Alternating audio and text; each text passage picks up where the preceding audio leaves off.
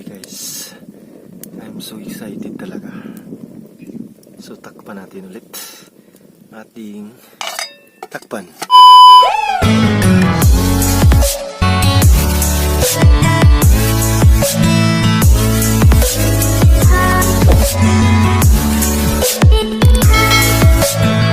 For this video is magluto po tayo ng paksiw with santol. Yan, ito po yung gagamitin natin. First time pagluto ng isdang paksiw gamit ay yung santol. So i-try natin guys. Kasi may nakita akong video na gumagamit sila ng santol. Yung isda natin is ito po yung tamarong.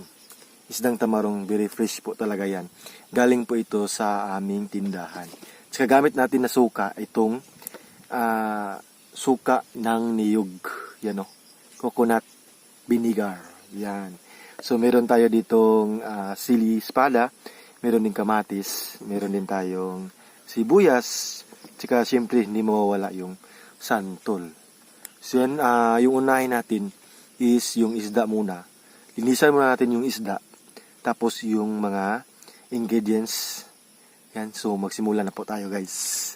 I'm so excited. At saka, this is my first time na mag-cooking outdoor ng isdang paksiw gamit yung santol. Hugasan muna natin yung ating isda.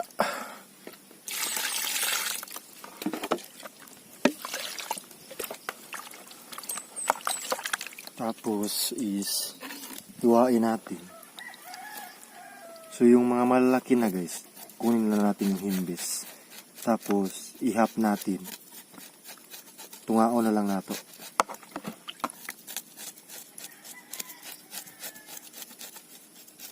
Ayan.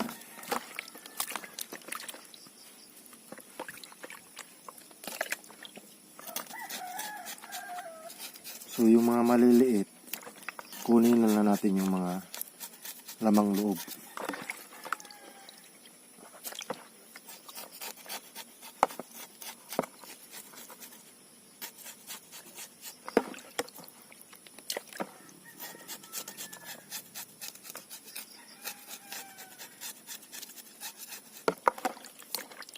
Ayan.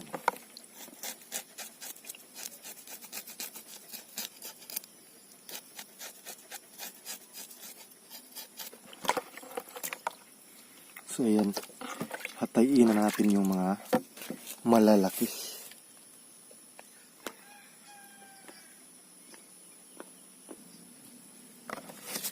So ayan guys, meron tayo ditong tadtaran.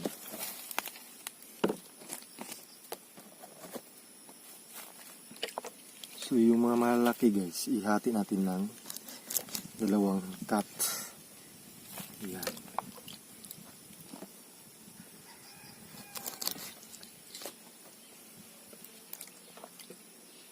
Yung mga maliliit, huwag na lang natin i-cut, diba?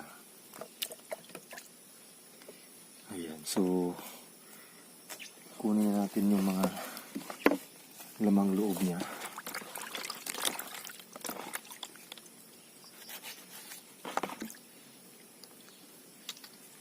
Yan o. Very fresh po talaga. Friskong frisko po yung isda. Kunin natin yung hasang. Yan, yung hasang. We need to get hasang guys. Si paksiw to eh. Yan.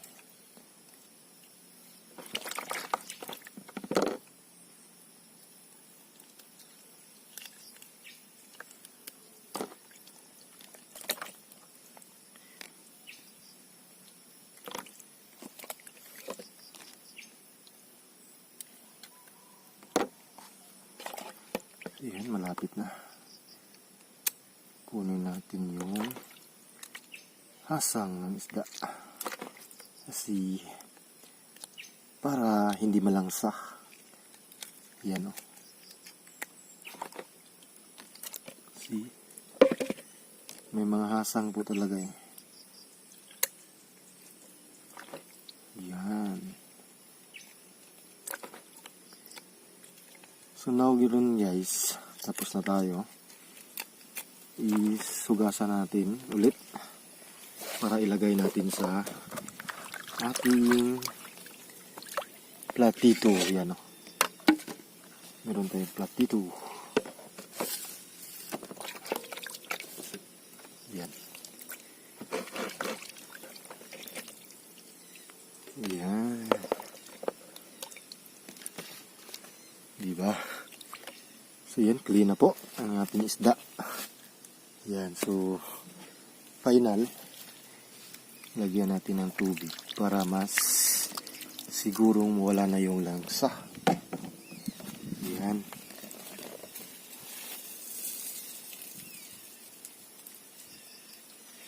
Yan guys, ready na po yung isda natin. So yung susunod is yung ating ingredients. Yan, meron tayong ingredients. So unahin natin guys itong santol. Yes, ang santol yung unahin natin. Ito yung santol na sinasabi ko, saktong-sakto.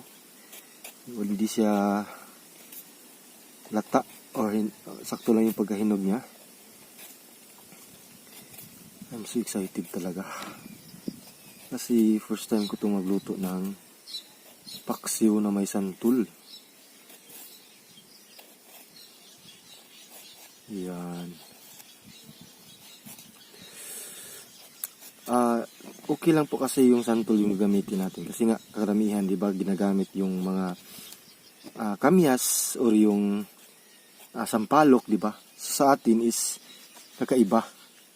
Santol yung gamit natin, di ba? Ayan. Yun, no?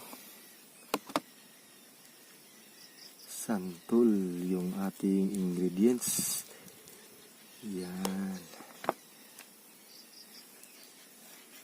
So, dalawa lang natin yung ilagay natin, guys. Ito. Pwede ito. Or itong malaki. Ito lang malaki. Ayan. See?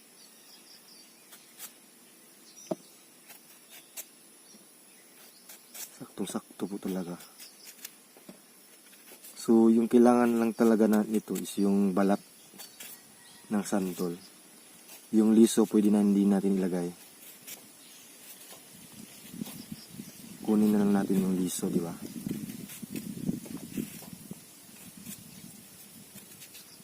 Yung balat lang importante.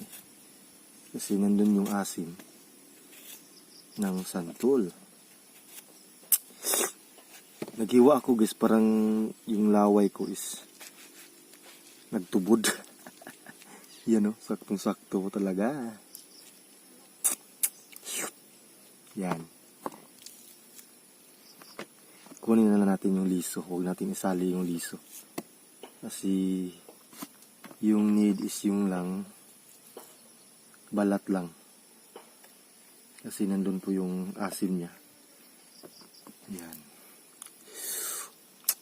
Asim. Sakto. Swak na swak po sa ating paksiw. Yan.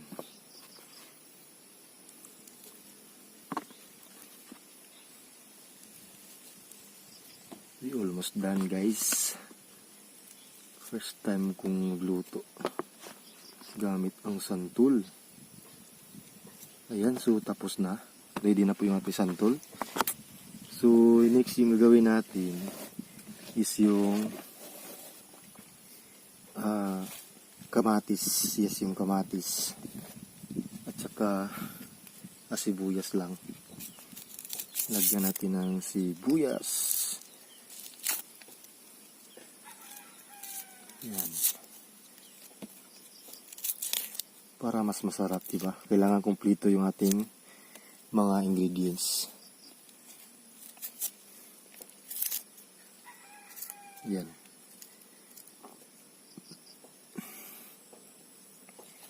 Slice na natin. At ito na lang.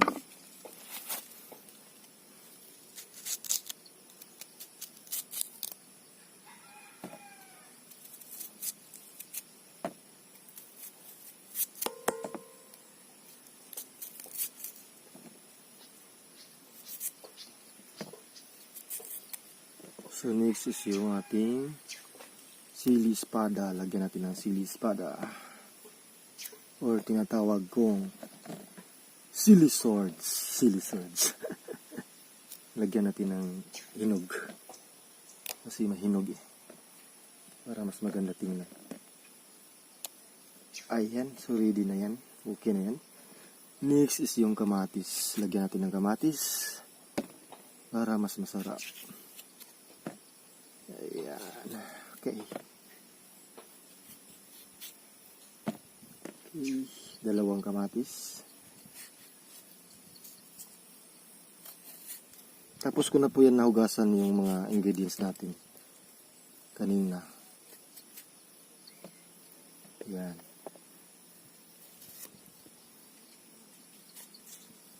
So yan guys, ready na po yung ating mga ingredients, no?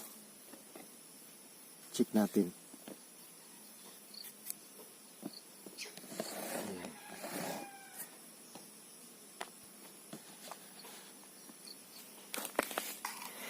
Check ko. Ating tingnan ulit. Ayan, so ready na. Ito na po. Ito na po yung isda natin. Itong isdang tamarong. Very fresh po. Tapos, meron tayo ditong kamatis. Yan, merong kamatis. Siyempre, merong sibuyas, sibuyas. At saka itong sili. Meron din itong ating special recipe. Special recipe po talaga. Ingredients is ang santol. Ayan, ready na. So, lagay na natin sa ating kalderin. Dito po yung ating kalderin. Itong gagamitin natin. Tapos ko na po itong nahugasan. So, yung unahin natin is yung mga isda. Yung isda, ayan. Yan o. Tapos na po yan nahugasan. So, i-arrange natin like that. Like this. Yan. I'm so excited kung ano yung lasa niya. Isdang paksiw na santol. So next is yung ating santol. Para mas maasim, di ba? Ganyan. So next is yung sili. Hindi ko na lang nilagyan ng hindi ko na lang yan hinahati kasi nga para hindi masyado mahang. Kasi nga si tatay is hindi siya gusto ng halang. So next is sibuyas. So last one is yung ating kamatis. Yan. Kompleto po talaga. Wow! So yan guys. Next is ating suka. Ito na po yung ating suka na tuba. Yan.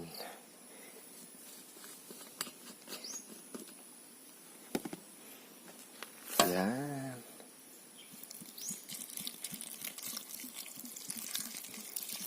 Sukang tuba.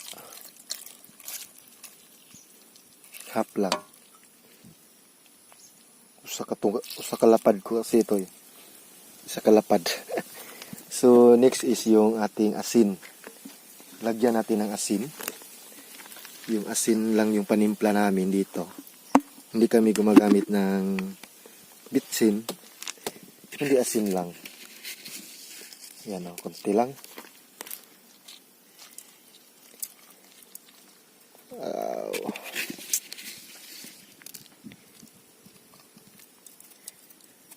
Yan na nga guys. I think ang sarap nito. Ayan, so lagyan natin ng konting tubig. Kasi nga, grabe yung suka natin. So tips ko sa inyo, lagyan natin ng tubig para yung asim niya hindi masyado. Yan, so okay na yan. Kasi paksiw lang yan eh. Ayan, so takpan na natin. Ilagay na natin sa ating organic na saingan. Kasi saing na po ako sa ating organic na saingan. Yan oh. Takpan na natin guys. So, ang na natin. Lagay na natin. Ayan, ilagay na natin. Yan po yung ating organic na saingan. So, yan, pakuluan na natin yan. Takpan na natin. Yan, oh. Wow. Grabe, guys. I'm so excited talaga. So, takpan natin ulit.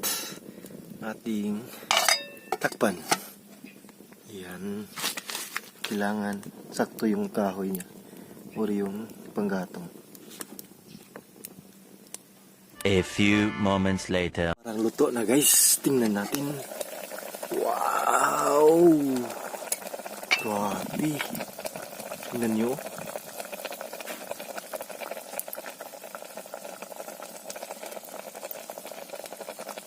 Kumukulo na po yan. So, tikman natin.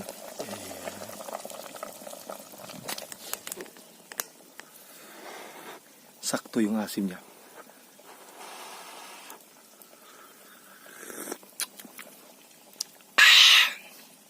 Grabe.